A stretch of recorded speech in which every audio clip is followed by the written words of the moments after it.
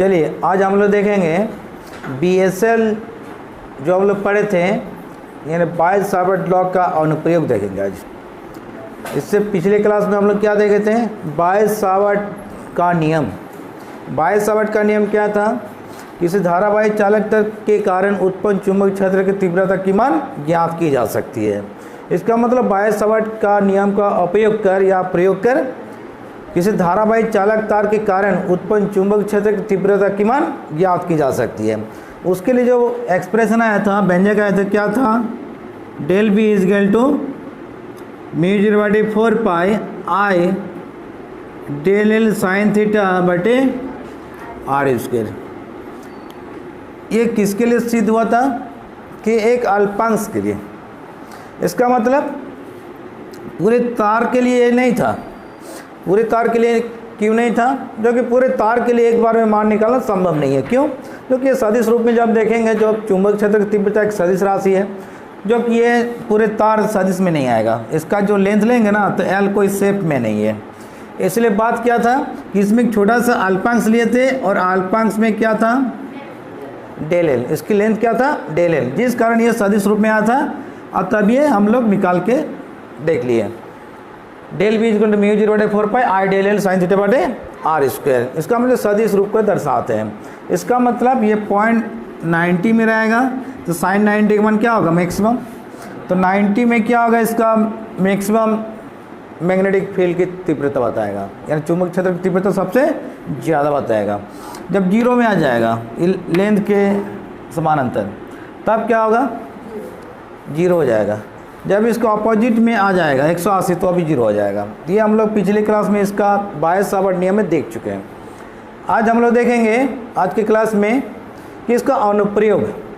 तो देखिए, board level में मुख्यतः 2 अनुप्रयोग ज़्यादातर पूछा जाता है।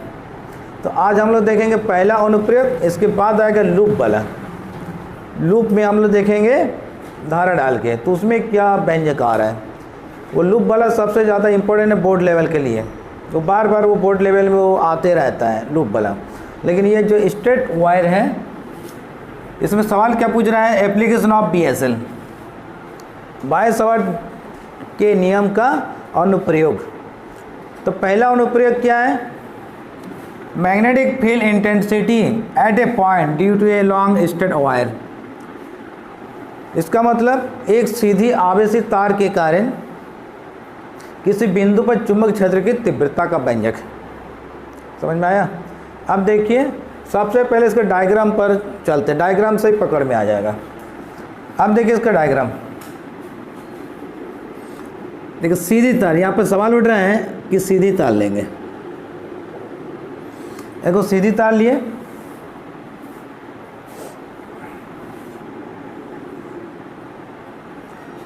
ये तार में नीचे से ऊपर की धारा हम लोग डाल दिए कि नीचे से ऊपर की जा रही है। इसका मतलब साउथ टू नॉर्थ की ओर। जैसे कल भी हम दिखाए थे डायग्राम में, ये क्या था? नॉर्थ, ये साउथ, ये ईस्ट, ये वेस्ट। ये साउथ टू नॉर्थ जा रही है। कौन? विद्युत धारा। तो इसमें एक अल्पांश लेंगे। अल्पांश क्या लेंगे? अल्पांश से लेंथ क्या आएगा? ये मिडिल पॉइंट लेंगे B, और ये हो जाएगा C।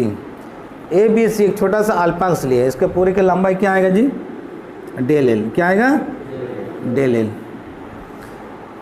अल्पांश के मध्य बिंदु से कोई पॉइंट पर विचार करेंगे, एट एनी पॉइंट। इसका मतलब एट ए पॉइंट, किसी बिंदु पर। इसका मतलब किसी बिंदु पर अगर विचार करेंगे तो क्या आएगा? यहाँ से यहाँ की डिस्टेंस हम लोग ले लेंगे R। R डिस्टेंस पर कोई बिंदु हम लोग P ले रहे हैं। क्या ले रहे हैं? P। अब देखिए यहाँ पर कुछ कोण बन रहा है। ये डेल एल के साथ ये R के बीच कुछ कोण बन रही है। कोण को क्या लेंगे? थीटा।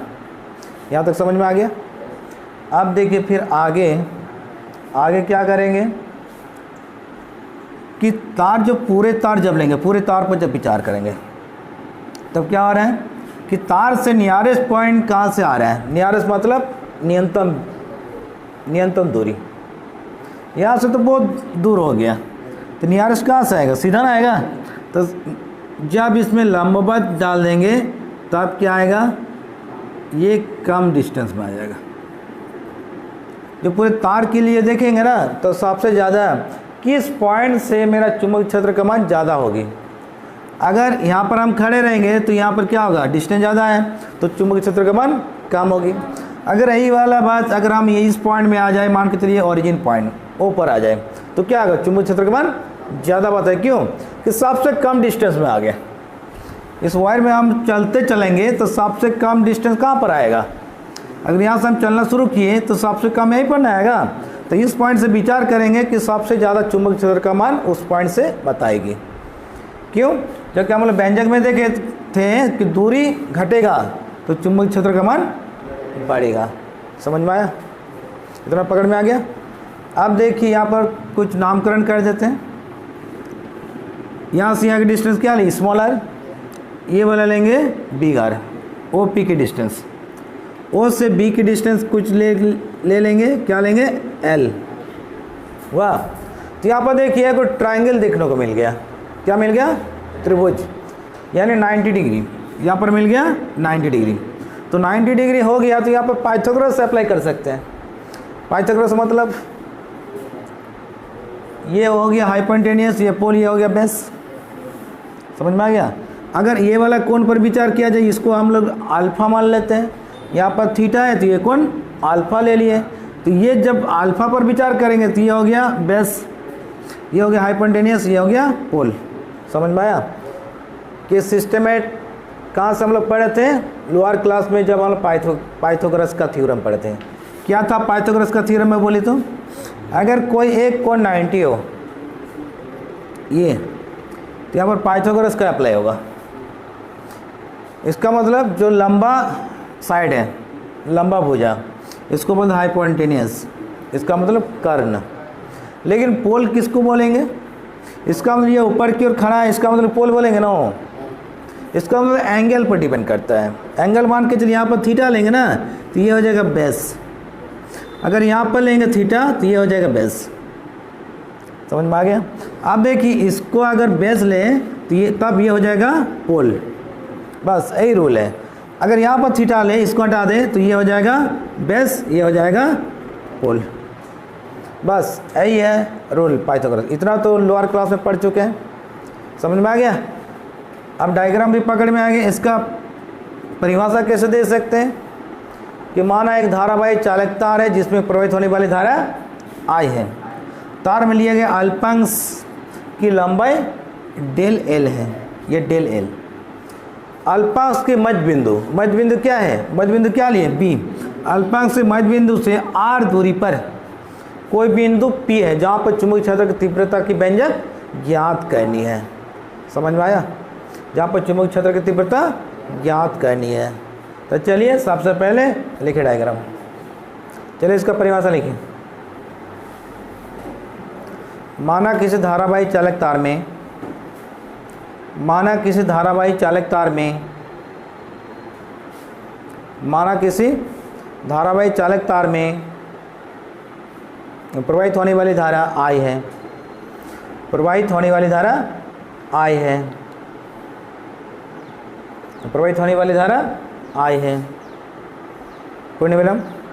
तार में लिए गए अल्पांश की लंबाई डेल एल है, तार में लिए गए अल्पांश की लंबाई डेल एल है, तार में लिए गए अल्पांश की लंबाई डेल एल है। यहाँ पर जो देख रहे हैं तार में लिए गए अल्पांश की लंबाई डेल एल है। पूर्ण विराम। अल्पांश के मध्य बिंदु, अल्पांश के मध्य बिंदु बी से, अल्पांश के मध्य बिंदु बी से आर दूरी पर, बी से आर दूरी पर कोई बिंदु पी है, कोई बिंदु पी है, कोई बिंदु पी है जहाँ चुंबकीय क्षेत्र की तीव्रता के लिए व्यंजक प्राप्त करनी है, जहाँ चुंबकीय क्षेत्र की तीव्रता के लिए व्यंजक प्राप्त करनी है। अब देखिए डायग्राम में जो देख रहे बनावटी, इसको थोड़ा लिख दीजिए। क्या लिखना है, देखिए बी पी की डिस्टेंस क्या है, आर, ओ पी बराबर बिग आर। ये एंगल क्या लिए, O B P is equal to theta और B P O is equal to alpha, O B is equal to L. जो लिए ये वाला लिख दीजिए। अब देखिए आगे, अल्पांश के कारण चुंबक क्षेत्र की तीव्रता, जो हम लोग पिछले व्यंजक में पढ़े थे बीएसएल के लॉ में, क्या लिखेंगे, अल्पांश के कारण, लिखिए अल्पांश के कारण चुंबकीय क्षेत्र की तीव्रता, चुंबकीय क्षेत्र की तीव्रता क्या देखे थे हम लोग, del B is equal to mu 0/4 pi I del L sine theta बटे आर स्क्वायर। इसको समीकरण 1 कर दीजिए, इसको समीकरण 1 कर दीजिए। अब देखिए इसका जो व्यंजक निकालेंगे, यहाँ पर ट्राइंगल आ गया, समकोण आ गया, तो ट्राइंगल का थ्योरी लेके हम लोग पूरा डील कर देंगे इसका व्यंजक। इसका मतलब फुल ट्रिकोनोमेट्री का हम लोग अप्लाई करेंगे। ट्रिकोनोमेट्री में क्या आएगा, साइन कॉस और टेन, उसके बाद सेक भी आएगा, समझ में आ गया, कॉट भी आएगा, कोसेक भी आएगा, यही तो आता है ट्रिकोनोमेट्री में। तो ये सब हम लोग अप्लाई करेंगे और पूरी एक्सप्रेशन दिखा देंगे। उसके आधार पर हम लोग न्यूमेरिकल भी डील करेंगे, तो पूरा व्यंजक सही आ जाएगा। समझ में आ गया। अब चलते आगे। अब देखिए समकोण ट्रायंगल में बात कर रहे हैं, ये 90 डिग्री है, तो ये वाला कोण लेंगे तो कैसे लिखेंगे, लेकिन समकोण ट्रायंगल OBP में, OBP मतलब ये थीटा को ले रहे हैं तो बी हमेशा मिडिल में होना चाहिए, ये ध्यान रखिएगा। जब ये अल्फा लेंगे ना तो OPB मिलेंगे या BPO मिलेंगे, हमेशा कोण को मिडिल में रखना है। अब देखिए यहाँ पर लिखेंगे साइन थीटा, साइन थीटा बराबर क्या होता है P/H। अगर ये वाला थीटा है तो अभी हम बोले कि बी कौन वाला लेंगे,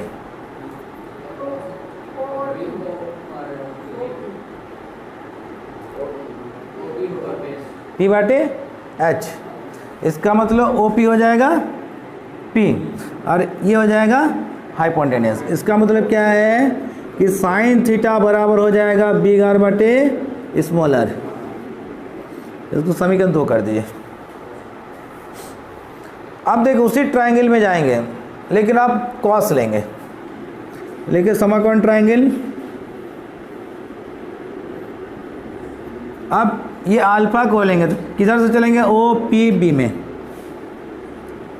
OPB में क्या लेंगे, कॉस अल्फा, क्या होता है B/H। तो B/H बराबर क्या लिख सकते बोले तो B की जगह पर ये B हो जाएगा, ये H हो जाएगा, तो क्या होगा बिग आर बटे स्मॉल आर। इसको समीकरण 60 कर दीजिए, समीकरण 3। अब देखिए समीकरण 2 और समीकरण 3 से विचार करेंगे तो क्या होगा, समीकरण 2 समीकरण 3 से, समीकरण 2 और समीकरण 3 से देखिए राइट हैंड साइड बराबर तो लेफ्ट हैंड साइड क्या हो जाएगा, बराबर हो जाएगा। तो क्या होगा कि sine theta is equal to cos alpha. इसको समीकरण 4 कर दीजिए। फिर हम लोग आएंगे कि समीकरण 3 से विचार करेंगे। देखिए समीकरण 3 से, समीकरण 3 से, समीकरण 3 में क्या है देखे तो cos alpha is equal to big R बटे स्मॉल आर। इसको सजा के लिखेंगे तो क्या आएगा, देखिए तो आर को यहाँ पर कर दिए, बिग आर बटे कॉस अल्फा लिख सकते हैं। 1/cos बराबर क्या पढ़ते हैं लोअर क्लास में, 10th क्लास में क्या पढ़ते हैं, 1/cos theta is equal to होता है क्या, सेक थीटा। तो यहाँ पर cos अल्फा है तो क्या होगा सेक अल्फा, तो लिख सकते हैं r is equal to r sec alpha, इसको समीकरण 5 कर दीजिए। सिर्फ हम लोग ट्रायंगल को लेके चलेंगे, ट्रिकोणमिति फंक्शन, और इसी में आ जाएगा व्यंजक, इसमें ज़्यादा दिमाग नहीं लगाना। चलिए देखते हैं आगे। अब देखिए आगे, फिर उसी ट्रायंगल में लेंगे, साइन हो गया, कॉस हो गया, अब हम लोग टेन को लेंगे। तो टेन को क्या लेंगे, टेन अल्फा। देखिए कौन ट्रायंगल में बात करेंगे, लिखिए समकोण ट्रायंगल ओ पी बी में। अब हम लोग लेंगे टेन अल्फा, टेन अल्फा बराबर पी बाटे बी। पी का मान क्या है, ये हो जाएगा पी, हो जाएगा बी। अब देखिए जब 10 होता है तो क्या होता है, पी बाटे बी।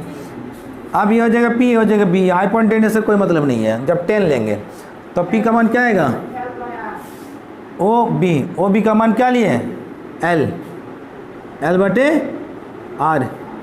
आप देखिए आगे, एल बराबर लिख सकते हैं आर 10 अल्फा, वाह, सिर्फ इसको मल्टीप्लाई कर दिए, वाह। अब इसको समीकरण कुछ मान लिया जाए, क्या मानेंगे, समीकरण 6। अब क्या करेंगे, समीकरण 6 को दोनों तरफ डेल अल्फा के सापेक्ष में अवकलन करने पर, जैसे आप लोग कैलकुलस में तो पढ़े हैं, डिफरेंशिएशन कंप्लीट है। अब देखिए डिफरेंशिएशन जिसके सापेक्ष में करेंगे वहाँ में से क्या होता है, नीचे होता है कि ऊपर होता है, नीचे होता है, क्लियर। तो यहाँ पर क्या लिखेंगे, दोनों तरफ डेल अल्फा के सापेक्ष अवकलन करने पर,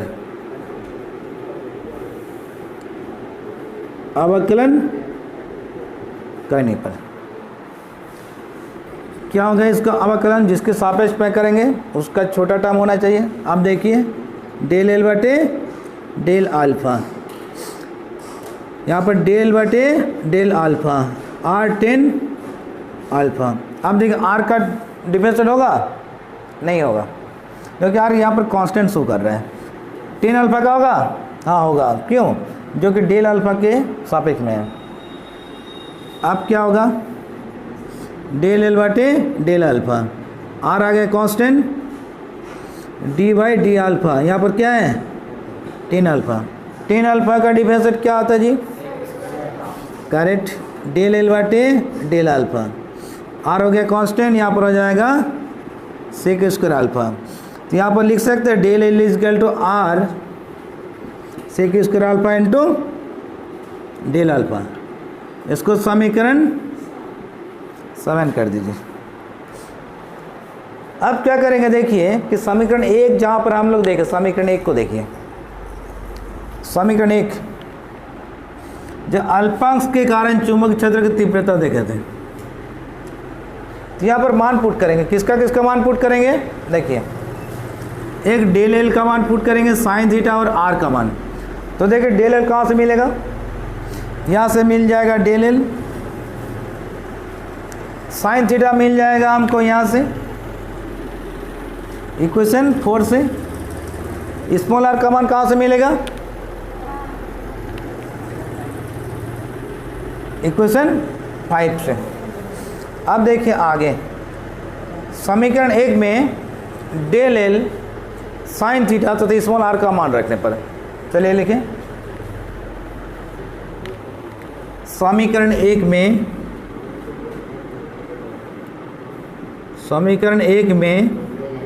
क्या लिखेंगे, del L comma sine theta तथा स्मॉल आर का मान रखने पर, तो क्या होगा इक्वेशन,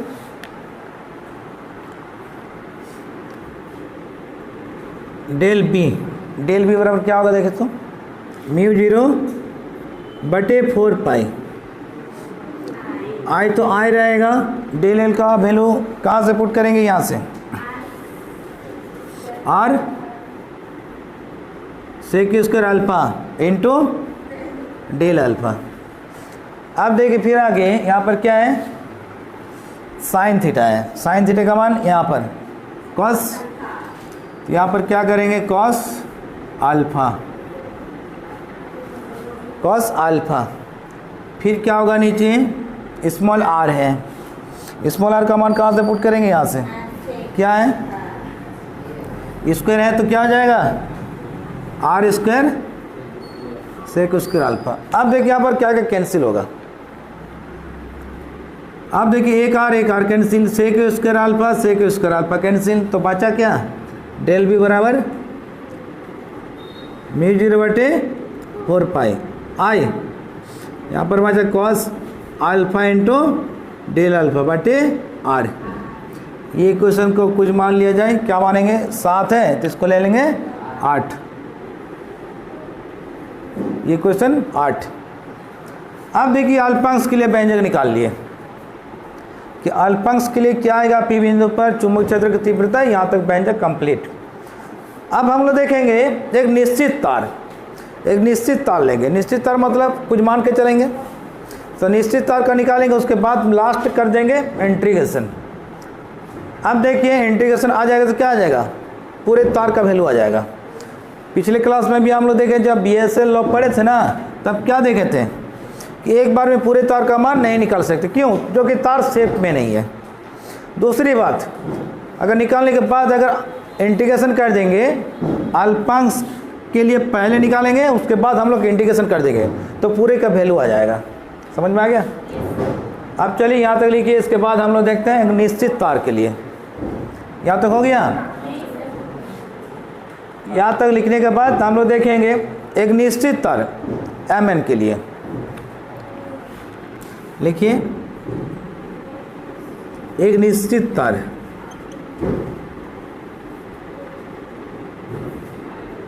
मान के चले MN के लिए उत्पन्न चुंबक क्षेत्र की तीव्रता, उत्पन्न चुंबक क्षेत्र की तीव्रता कैसे लेंगे, देखिए इधर ये मेरा एक्सप्रेशन आ गया, इसको हम लोग कर देंगे इंटीग्रेट। तो निश्चित तार मतलब क्या, देखिए एक निश्चित तार है, ये पॉइंट M लिए, ये पॉइंट N कर दिए। अब देखिए इसका मिडिल पॉइंट कहाँ पर लिए, यहाँ से ये पॉइंट क्या है P है, जैसे वहाँ पर भी लिए, डायग्राम को देखिए। अब इस पॉइंट से हमको इस पॉइंट तक दिखाना है। अब यहाँ पर एंगल क्या लिए हैं, एंगल लिए अल्फा, उसी पर यहाँ पर क्या लेंगे एंगल, ये ले लेंगे अल्फा 1 और ऊपर साइड ले लेंगे अल्फा 2। इसका मतलब ये पॉइंट क्या शो कर रहे हैं अल्फा 1 और ये पॉइंट क्या शो कर रहे हैं अल्फा 2। तो अल्फा 1 से अल्फा 2 तक हम लोग इंटीग्रेशन करेंगे तो पूरे एक निश्चित तार का मान आ जाएगा। मिडिल पॉइंट क्या है, वो है। अब देखें इंटीग्रेशन कैलकुलस का नियम है कि ओरिजिन पॉइंट से अगर नीचे की ओर जाएंगे, नीचे की ओर, तो पॉजिटिव होता है कि नेगेटिव होता है, नेगेटिव होता है। जो ग्राफ का नियम पालन करता है जी, इंटीग्रेशन मेथड, इंटीग्रेशन में हम लोग देखें ऊपर की ओर जाएंगे तो पॉजिटिव, लेफ्ट की ओर जाएंगे तो नेगेटिव, दाहिने तरफ जाएंगे तो पॉजिटिव और नीचे तरफ जाएंगे तो नेगेटिव। ये फ्लो करता है इंटीग्रेशन मेथड, ये आप लोग मैथ में भी पढ़ लीजिएगा। अभी तो डिफरेंशिएशन कंप्लीट है, इंटीग्रेशन में पढ़िएगा ये वाला रूल। और दूसरा बात है 11th क्लास में भी हम इंटीग्रेशन का मेथड बता चुके हैं। अब देखिए ये तार MN के लिए हम लोग करेंगे इंटीग्रेशन, इधर छाप लिए, चलिए इसको देखते हैं। अब देखिए आगे हम लोग क्या देखेंगे, निश्चित तार के लिए हम लोग क्या करेंगे, इसको इंटीग्रेशन करेंगे। इंटीग्रेशन जब करेंगे तब क्या आएगा जी, B बराबर कहाँ से कहाँ तक, -α1 to α2। वाह, माइनस क्यों आया, जो ओरिजिन पॉइंट से नीचे की ओर है, तो α1 को क्या लेंगे माइनस और α2 प्लस, क्यों, जो कि ओरिजिन पॉइंट से ऊपर की ओर एंगल शो कर रहा है। बस सही रूल है इंटीग्रेशन मेथड का। अब डेल बी को कर देंगे इंटीग्रेशन, डेल बी का मान क्या है पुट करिए, डेल बी का मान क्या है -α1 to α2। यहाँ से देखिए इक्वेशन 8 से μ0/4 पाई I cos alpha del alpha बटे आर। अब देखिए किसका होगा इंटीग्रेशन, जिसके सापेक्ष में छोटा टर्म है, छोटा टर्म मतलब डेल अल्फा, उसका होगा इंटीग्रेशन, बाकी सब बाहर निकल जाएगा। इसके सापेक्ष में क्या है, कॉस अल्फा है, तो इसका होगा इंटीग्रेशन, बाकी सब बाहर क्या निकलेगा, म्यू 0/4 पाई आई बटे आर, अंदर में क्या बचा, कॉस अल्फा डेल अल्फा। अब देखिए कॉस अल्फा का इंटीग्रेशन फॉर्मूला क्या होता है, माइनस साइन की प्लस साइन। कॉस थीटा का क्या पढ़े थे इंटीग्रेशन मेथड 11th क्लास में, याद करिए। कॉस का पढ़े थे प्लस और साइन का पढ़े थे माइनस कॉस, लेकिन डिफरेंशिएट पे उल्टा हो जाता है। यहाँ पर क्या आएगा, म्यू 0/4 पाई आई बटे आर, यहाँ पर हो जाएगा साइन अल्फा, लोअर लिमिट क्या आ जाएगा, -α1 to α2। ये लोअर लिमिट और अपर लिमिट लिखने का तरीका होता है। यहाँ पर बिग ब्रैकेट डालना है, यहाँ पर स्मॉल ब्रैकेट और मिडिल नहीं चलेगा। जब भी इंटीग्रेशन मेथड अप्लाई करना है, लिमिट अप्लाई करना है, तो हमेशा बिग ब्रैकेट। अब देखिए इसका पुट करिए, म्यू 0/4 पाई आई बटे R, lower limit upper limit put करने का तरीका क्या है, ये अल्फा के जगह पर अगर अपर लिमिट पुट करेंगे तो क्या आएगा, साइन α2 माइनस साइन माइनस α1। अब देखिए माइनस और माइनस यहाँ पर गुना होता है, तो क्या आएगा, यहाँ पर हो जाएगा प्लस म्यू 0/4 पाई। आप देखिए आई बटे आर, यहाँ पर हो जाएगा साइन α2 प्लस साइन α1। वाह, अब इसको सजा के भी लिख सकते हैं। कैसे लिख सकते हैं कि b बराबर म्यू 0/4 पाई आई बटे R sine α1 plus sine α2, sine α2। अब देखिए फिर आगे ये आ गया मेरा निश्चित तार के लिए, निश्चित तार के लिए दिखा दिए व्यंजक। लेकिन अगर यही वाला तार अगर अनंत लंबाई के हो तो ये एंगल बढ़ के कितना हो जाएगा, ये एंगल जो शो कर रहा है ना, अगर ये अनंत लंबाई के ऊपर के चल जाए तो क्या होगा, ये वाला एंगल लगभग क्या हो जाएगा, लगभग 90 हो जाएगा। और ये नीचे वाला भी अनंत तक चल जाए नीचे की ओर, तो ये वाला एंगल भी बढ़ के क्या हो जाएगा, लगभग 90 तो नहीं होगा, लेकिन फिजिक्स का रूल है, ये मान के चल सकते हैं अप्रोक्सीमेटली, इसका मतलब लगभग। तो यहाँ पर क्या लिखेंगे, अनंत लंबाई तार के लिए, अनंत लंबाई तार के लिए क्या होगा, देखिए ये जो α1 और α2 देख रहे हैं ना, किसके बराबर हो जाएगा, अतः α1 बराबर α2 दोनों तो बराबर आएगा, लेकिन किसके बराबर हो जाएगा, 90 डिग्री के बराबर हो जाएगा। समझ में आ गया। अब देखिए 90 डिग्री जो होगा, 90 डिग्री यहाँ पर पुट करेंगे α1 और α2 के जगह पर, तो मेरा b बराबर कितना आएगा व्यंजक, म्यू 0/4 पाई आई बटे R sine 90 plus sine 90। Sine 90 का मान कितना होता है जी, 1। यहाँ पर क्या होगा, म्यू 0/4 पाई आई बटे आर, यहाँ पर 1 + 1 + 1 तो क्या हो जाएगा, 2 हो जाएगा, 1 + 1 2 हो जाएगा।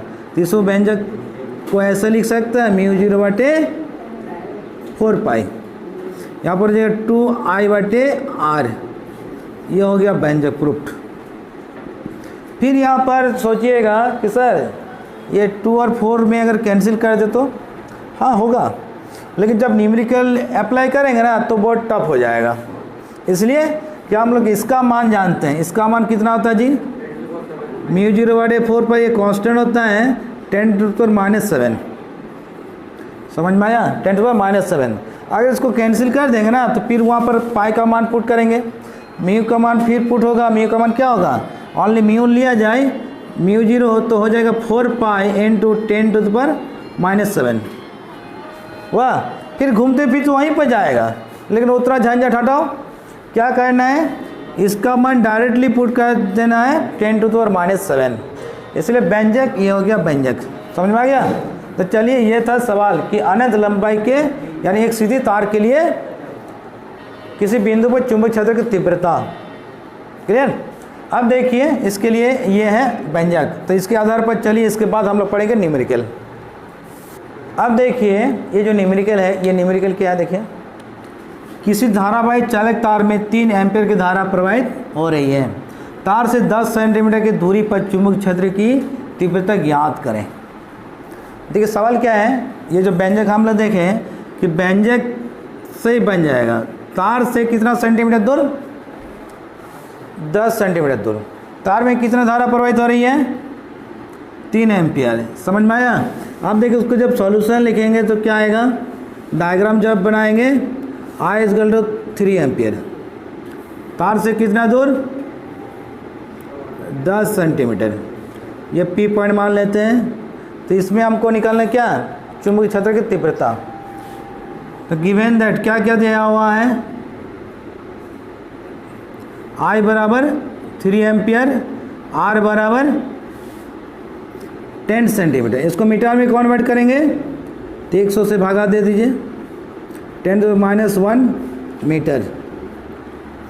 अब हम लोग जानते हैं μ0/4 पाई, μ0/4 पाई का मान क्या जानते हैं, 10 पर -7 टेस्ला मीटर पर एम्पियर।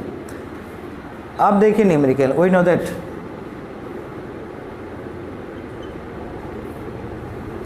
क्या जानते हैं, B बराबर μ0/4 पाई 2I/R। ये हम लोग व्यंजक निकाल लिए इस तार के लिए, सीधी तार के लिए। अब देखिए इसके बाद वाला जो व्यंजक है वो आएगा लूप के लिए, इसके बाद वाला जो आएगा व्यंजक। अब ये जो है इसमें मान पुट कर दीजिए, बन जाएगा तुरंत। इसका मान क्या पुट करेंगे, देखिए μ0/4 पाई का मान कितना होता है, 10 to the power -7, 2 तो 2 रहेगा, I का मान पुट करिए, I का मान क्या है 3, R का मान कितना है 10 पर -1, ये R का मान। तो क्या आएगा, 3 दूनी 6, 10 to the power -7, ये जाएगा तो +1 हो जाएगा, नीचे वाला ऊपर गया तो +1। अब क्या आएगा 6 × 10 to the power -6। चुंबकीय क्षेत्र का मान क्या होता है, टेस्ला। क्या आता है, टेस्ला। वाह, ये हो गया टेस्ला। तो इसी प्रकार आगे भी हम लोग न्यूमेरिकल देखेंगे नेक्स्ट क्लास में। यहाँ पर कोई डाउट नहीं ना, बन जाएगा ना। ध्यान क्या रखना है, सिर्फ व्यंजक, और व्यंजक में μ0/4 का मान, इसका मान, ये मान अगर भूल जाइएगा तो संभव नहीं है, न्यूमेरिकल ही नहीं बनेगा। तो चलिए ये था सवाल सीधी तार के लिए। चलिए आज का क्लास इतना ही।